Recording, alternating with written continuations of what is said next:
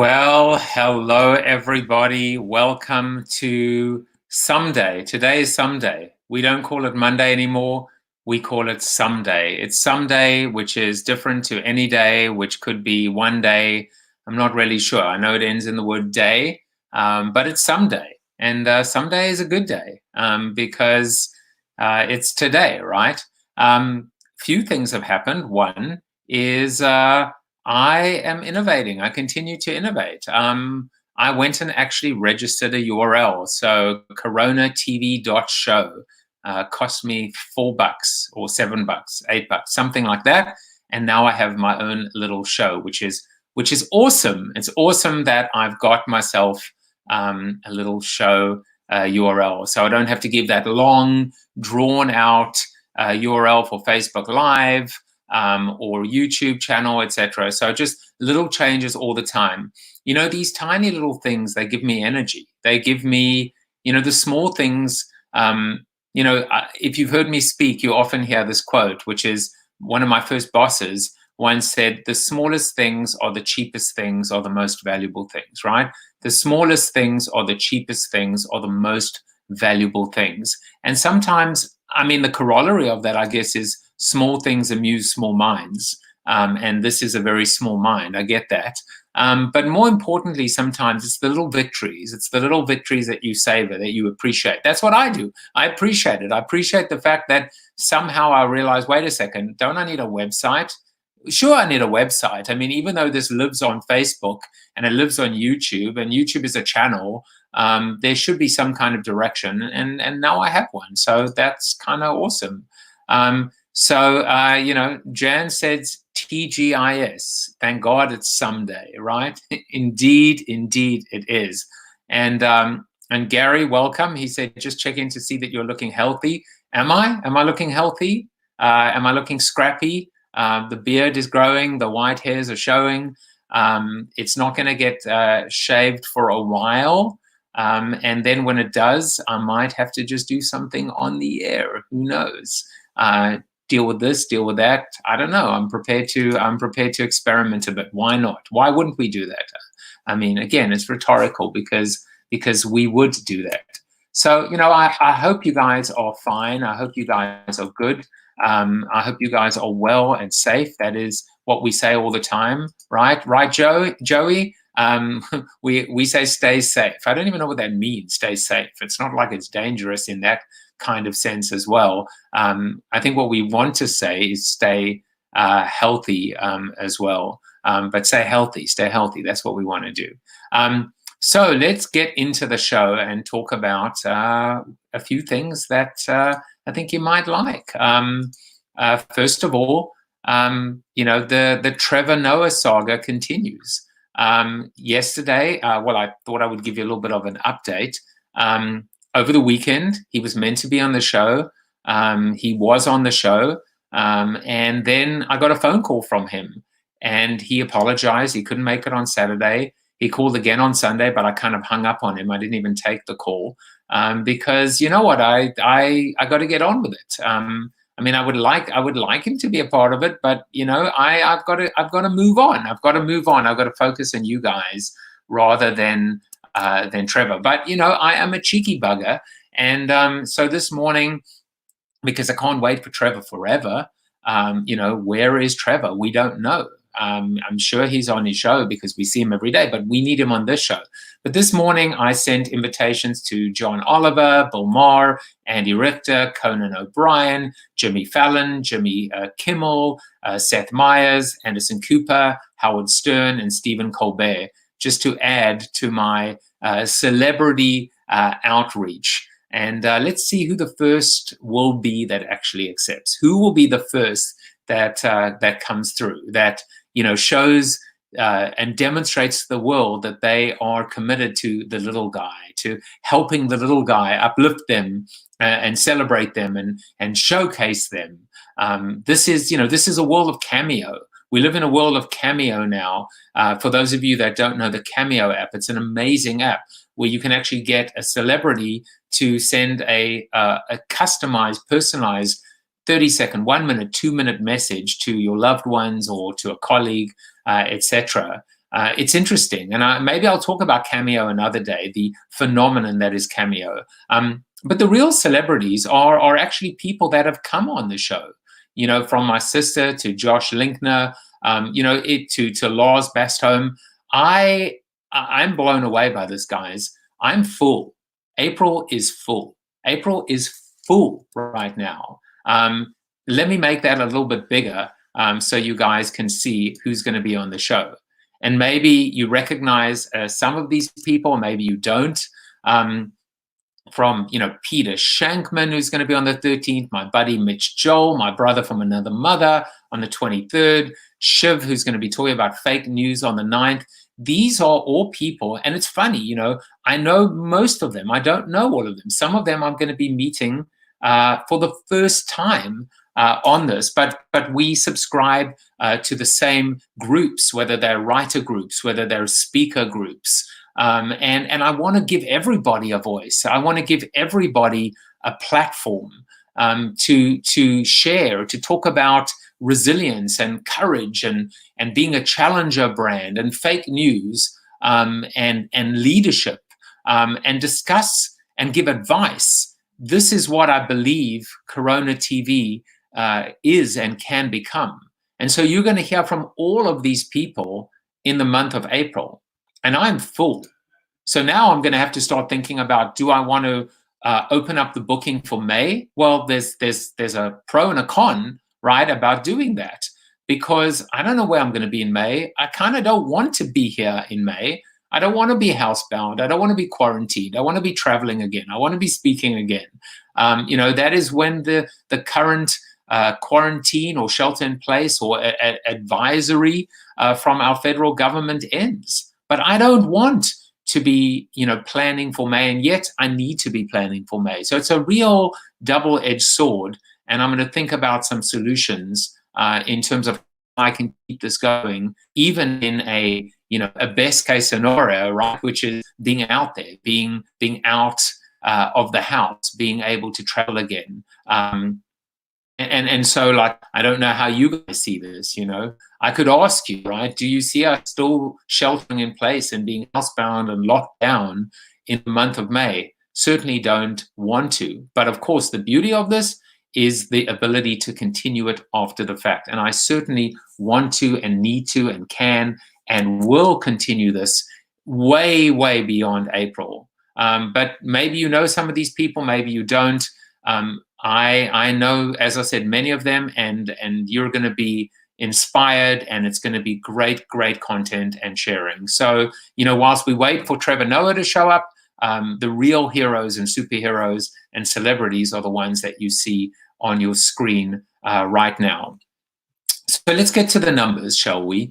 And for those of you that tuned in over the weekend, by the way, it was kind of interesting of the weekend, going a little bit of a tangent, because that's what ADD does as well.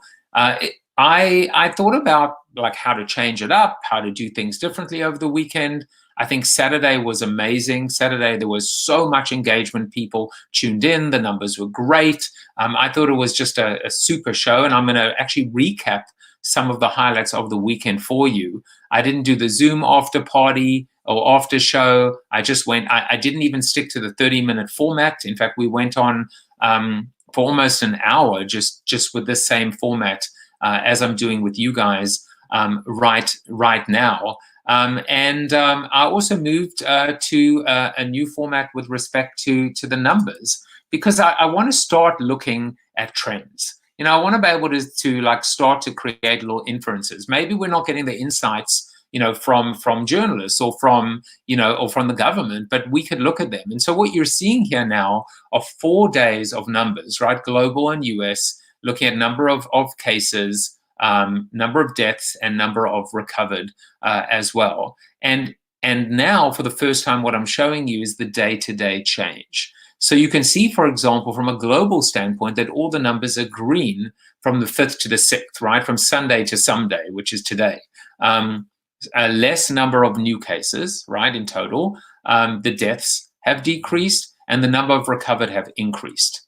And when you look at the same numbers in the US, for the most part, the numbers are actually all green too. I mean, the number of recovered is a little bit lower, but the number of new cases has slowed for now, the second day in a row. These are very encouraging signs, and these are things that we want to continue to look at and to watch. You know, the one thing that I did hear is that we should be approaching New York, and a couple of other major markets should be getting to a point where they, maybe the curve itself is not flattening, but they are reaching what we hear is called the peak. Now, that's good, right? Good news is to reach the peak where the numbers actually don't increase on a day-to-day basis. The bad news is what we're hearing is that it doesn't mean that exponentially the next day the numbers are zero. The numbers could actually stay at that peak for days, if not a week or two, but then hopefully that they would drop. But one thing that I did mention yesterday was talking a little bit about the recovered. I was looking at the numbers. Now, I mean, if you look at the global numbers for a second, right?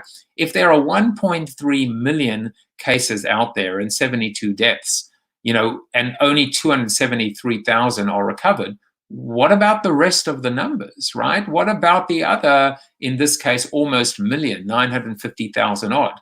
Surely they're not all sick and varying degrees of sick. We hope that they aren't.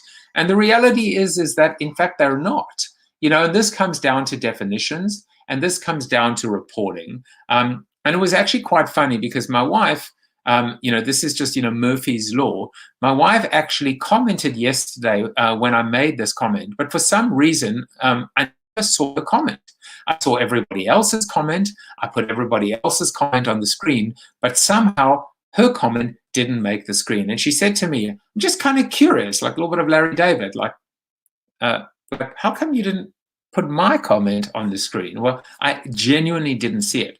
And it was a comment of substance, right? Because my wife was positive and she has recovered. And this was a comment yesterday. And so I wanted to share it with you. How do we record the recovered, really was the question. Well, she said that there was a hotline at Yale and they arranged for her testing, and then they called to advise that her case was now closed because she had had no symptoms. She hadn't had a fever in 72 hours. She didn't have any recorded symptoms, and it had also been 14 days since the onset of her first symptoms. So she technically became Rosie the recovered. And so I thought that was kind of interesting, right? Because here you had a very specific protocol or process in place, but that's not necessarily the case across the board. That is not necessarily the way it is all the time. And when we think about how many cases we have, when we think about the excess of cases that there are, I wonder if they are all reporting the same way. I wonder if they're all basically recording the numbers of recovered. And maybe that's just something that I think would make us a little bit more confident, a little bit more motivated, and to believe that there is light at the end of the tunnel. Now, on that, you know, optimistic note, I did want to actually talk about something that is a little bit darker. This was my column, my newsletter column that just came out today. This actually came from a night where I woke up at 1 o'clock in the morning and I couldn't sleep and I stayed awake the whole night. And I wrote this article, and the article is called The Death of America. And I'll give you a little bit of context behind this. First of all, I'll talk about it, not tomorrow because we have a guest tomorrow, but maybe on Wednesday, I'll talk about the article. But it was an article that basically follows this chart that I saw in my daughter's classroom that documents civilizations and empires across 5,000 years of history, and makes the case that not one of these empires or civilizations survived, not one. But the only one that is on there that in fact has survived until now is the US, the USA, America. And so I spoke about that in my book, but I actually go in and I say, perhaps the days are numbered with respect to America being a superpower. Now, if you want to subscribe to my newsletter and get my weekly thought leadership piece, if you're in the US, all you have to do is text the word CoronaTV to 66866. And if you're not and you want to subscribe, if you go to my website, josephjaffe.com, you should be able to hit the button that says subscribe or see a pop-up that would allow you to subscribe and get my newsletter article every week. Now, this is a very provocative, controversial one. I will give you that, and I welcome criticism and I welcome pushback. And quite frankly, I welcome any thoughts about this article, because I kind of needed to get it off my chest, and I felt like I really did need to talk about it. And so, I will leave that up for you, or out there for you, and let's see what you guys think about that article. Okay, those tuning in, I know specifically, especially if it is your birthday today, there are a whole bunch. In fact, there are 14 of them, more or less 14 of them. Michael Rubin, KJ Nichols, Shelley DeMott Kramer, Karen Kaimovitz, Horowitz, Mark Meyer, John Diane Scully. I'm, a little curious about John Scully's middle name. Gavin Duveen, who actually has 2 profiles. So I actually went and unfriended him on one of those profiles. Why? Because I'm at 5,000 friends. So I had an opportunity to add someone who was on the waiting list. So thank you, Gavin, for friending me twice, but I made sure that I stayed connected to your active profile.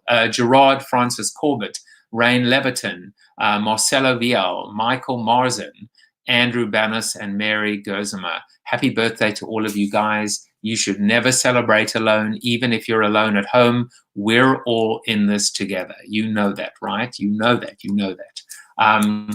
So that takes care of everything that we needed to share. We've got a few comments.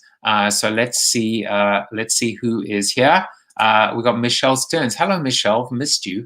You haven't been on for a while. Maybe I just haven't seen your comments. But it's good to have you back as well. And then Jan said, USA, the 14th or so on average greatest country on earth. Well, 14th is good, right? 14th is better than 150th or 160th or 170th. But at the same time as well, I think we do need to be a little bit honest with ourselves and each other.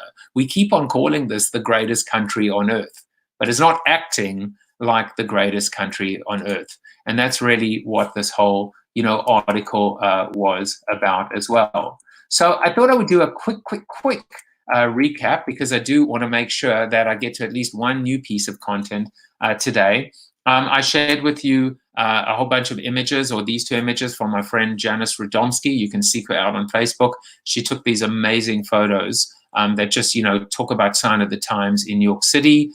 We discussed how many states were still not defying, but just hadn't issued those stay-at-home orders yet. I don't know what the update is. I actually haven't been connected to the news much today as well, but let's hope it's less than 8 states. I spoke about the return of Fatblogging, that I'm just going to be sharing with you my weight now once a week, and let you know if I'm losing weight or not. If you can see the chart, that's actually my chart. I'm probably I'm sitting at about 196 pounds, and want to see if I can get back to my wedding weight of 181, 182 pounds. There was an amazing dialogue and conversation on Saturday about this chart, this diagram that was sent to me, and talking about and exploring how we move from the fear zone to the learning zone to the growth zone. And I really do encourage you guys to go and find out. I think it's around about 33 minutes on Saturday's show. I mean, I got a lot out of it. I don't know about you guys, but I certainly felt so much better going through this chart and exploring this transition. So there's one thing that I want to talk to you about today, and it's something that I've actually been teaching right now in my West Virginia class with my students. And it's really all about this idea of first mover advantage, right? First mover advantage. We hear so much about it. It's so important, certainly in the tech world, in the startup world, in the entrepreneurial world. By being first to market, by being first to innovate, by being first to launch, or first to introduce a new feature, there is a certain competitive advantage or some kind of a bump or a boost that a company or brand can realize and hopefully be able to sustain for a period of time. I remember when I was teaching in South Africa, I once walked into my marketing students, my marketing class, and I said to them, which South African bank was the first to introduce an ATM, right? An automated teller machine. I think that's what it stands for. And we voted. And I said, how many people think Standard Bank? And they raised their hands. And I said, how many people think First National Bank? And they raised their hands. And then I said, how many people think Volkskas? And some of them raised their hands. And we took a whole vote. And then I turned around and I said, okay, so today we're going to learn about segmenting, targeting, and positioning. And I carried on my lecture. And eventually one person kind of raises their hand and they go, excuse me, sir, or whatever they call me, Joe, Professor Joe, Prof. They said, you didn't tell me the answer to the riddle, to the quiz. Oh, and I said, oh, that, the one that I did at the start of the class. Who cares is the answer? And they all looked at me like dumbfounded. I said, who cares? That is not the real question. The question isn't which bank introduced the ATM the first. It's what are they doing now about it? Because everyone has an ATM. Everybody now has the same, innovation. So it's not an innovation anymore. There's no advantage whatsoever. So the real lesson there was it doesn't matter what you do first. It matters what you do next. And if what you do next is being first in something else, great.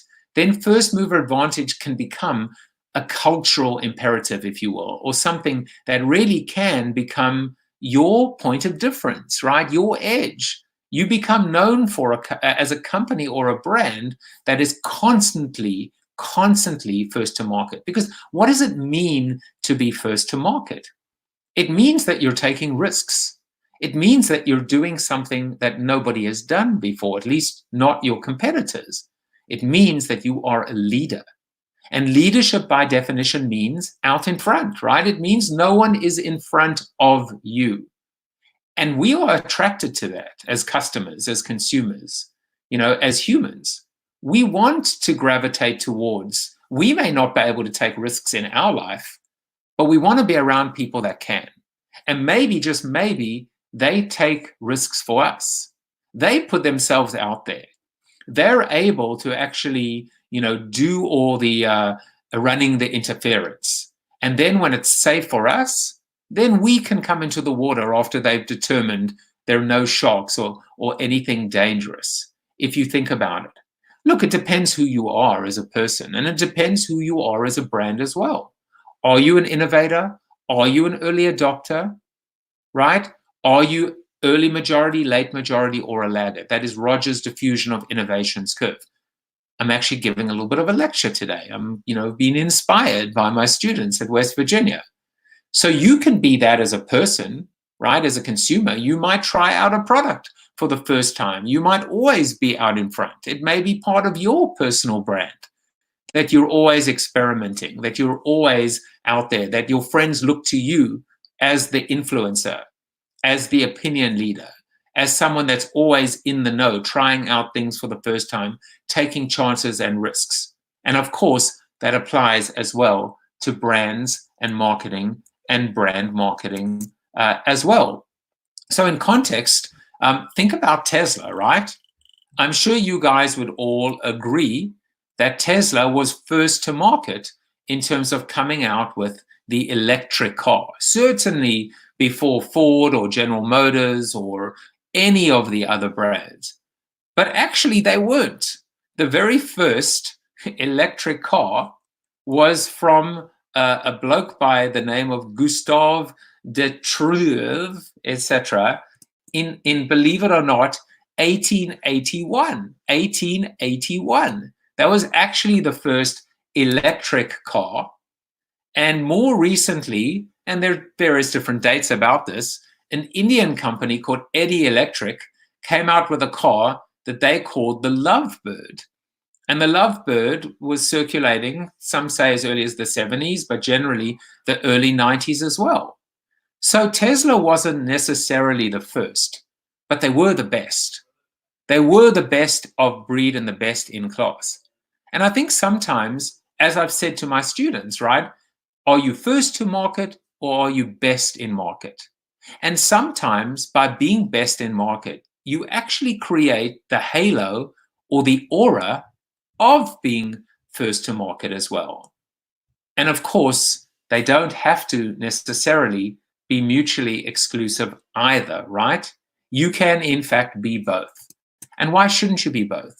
And this is what we have to be thinking about, especially during these tough times. These tough times, we have to be thinking about how we are going to be first to market now and when we come out of this, and how we can, in fact, rededicate ourselves maybe to being best in market as well.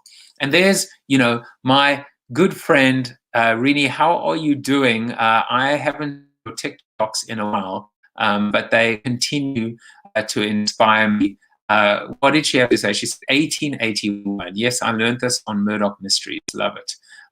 Hopefully she wasn't around in 1881, but certainly the electric car was, and good old Gustav was as well. So I thought I would also, talk about a little bit of this first to market, best in market in context of brands right now, and in context also of what's been happening with the airlines. So I was alerted, first of all, this is one of the bad examples. United have been putting out plenty of emails from their CEO, updates on their website. And then they put this one out, which actually got a little bit of criticism, or certainly the person that commented on this was not so happy about it, right?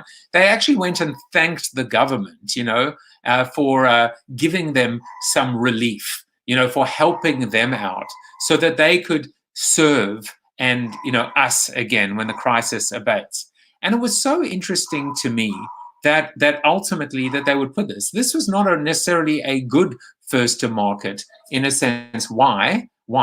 Because, let me make that a little bit bigger for you as well, because we do not want to hear from a big, mighty conglomerate right now. We don't need to hear from a huge, faceless corporation, that was engaged in stock buybacks, thanking the government for bailing them out when we're all waiting for our checks to arrive in the mail or in our direct deposit, when we are struggling to pay the mortgage. So this was one of those times when I think being first was not necessarily being best, where too much transparency wasn't necessarily or was not necessarily a good thing. But what has actually happened, which United did do, which is the same thing that Delta did, and this is something that I spoke about a couple of weeks ago, and it's also something that I put out in my newsletter, 10 pieces of advice for companies coping with COVID-19 or in this coronavirus age or era, was thinking about the loyal customer, thinking about the advocate, the raving fan, the customer obsessed loyalist in a sense. I've been executive platinum on American Airlines for 15 years consecutively. I've been platinum on Delta several of those years. I've never really got my status on United, but I've always been impressed specifically with how Delta has dealt with their SkyMiles members. I think they're the only airline that actually rolls over miles from one year to the other. And if you think about it, it's such a no-brainer. It's such a no-brainer. My God, it's so simple. If I fly 150,000 miles and 100,000 miles are the qualification, I should already start the next year with 50,000 miles to my credit. Doesn't it make sense? Isn't that, that is the opposite of greed. That is ultimately Delta saying, as long as you average 100,000, you will continue to be recognized by our company. And now what we've seen, both, I think United might be slightly different, but what Delta is essentially saying is, we are extending you all the way through 2021. Don't worry about requalifying in 2020 for 21, because it's not going to happen. You are extended all the way through 21. So the remaining question, what did American Airlines do? Did they, in fact, follow suit? And I'm afraid to tell you, the answer is crickets. Absolute crickets. American hasn't, as of right now, done anything.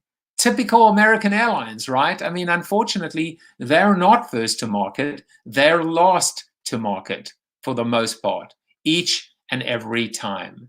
This is what we have to think about now. And you can see how all of this carries over, even when times are tough, even when we are looking at decimated revenues. This doesn't mean that we should take our foot off the gas of customer obsession, certainly, but also the ability for us to continue to think about not just competitive advantage, but about a cultural commitment to change, to innovation, to adaptation, to evolution, and ultimately the ability to keep those wheels greased and those wheels turning and moving forward. Because this will end. We know this will end. And when it does end, these are going to be the moments that will count. So I thank you guys for tuning in today on Someday. We'll be back tomorrow with Bob Killian with an interview. We will now move over, as promised, to Zoom. So for those of you that haven't done it yet, come on over to Zoom. That's the URL. I'll post it as well in the Facebook comments if you are interested. And let's just chat and hang out for the next half an hour if you guys are interested. But otherwise, enjoy Someday, and I'll see you back tomorrow on Tuesday. Take care, everyone, and bye-bye.